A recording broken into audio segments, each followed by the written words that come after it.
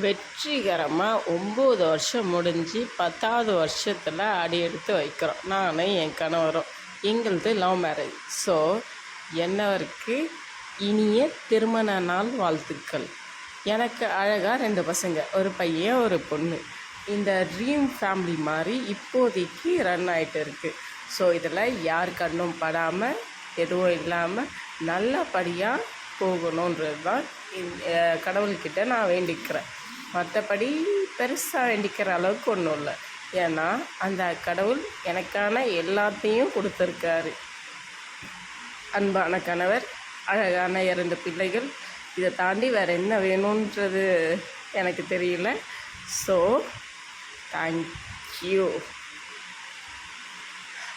கடவுளுக்கு நன்றி சொல்லிட்டு இந்த வாழ்க்கையை இப்போவே ஜாலியாக கொண்டாடலாம்.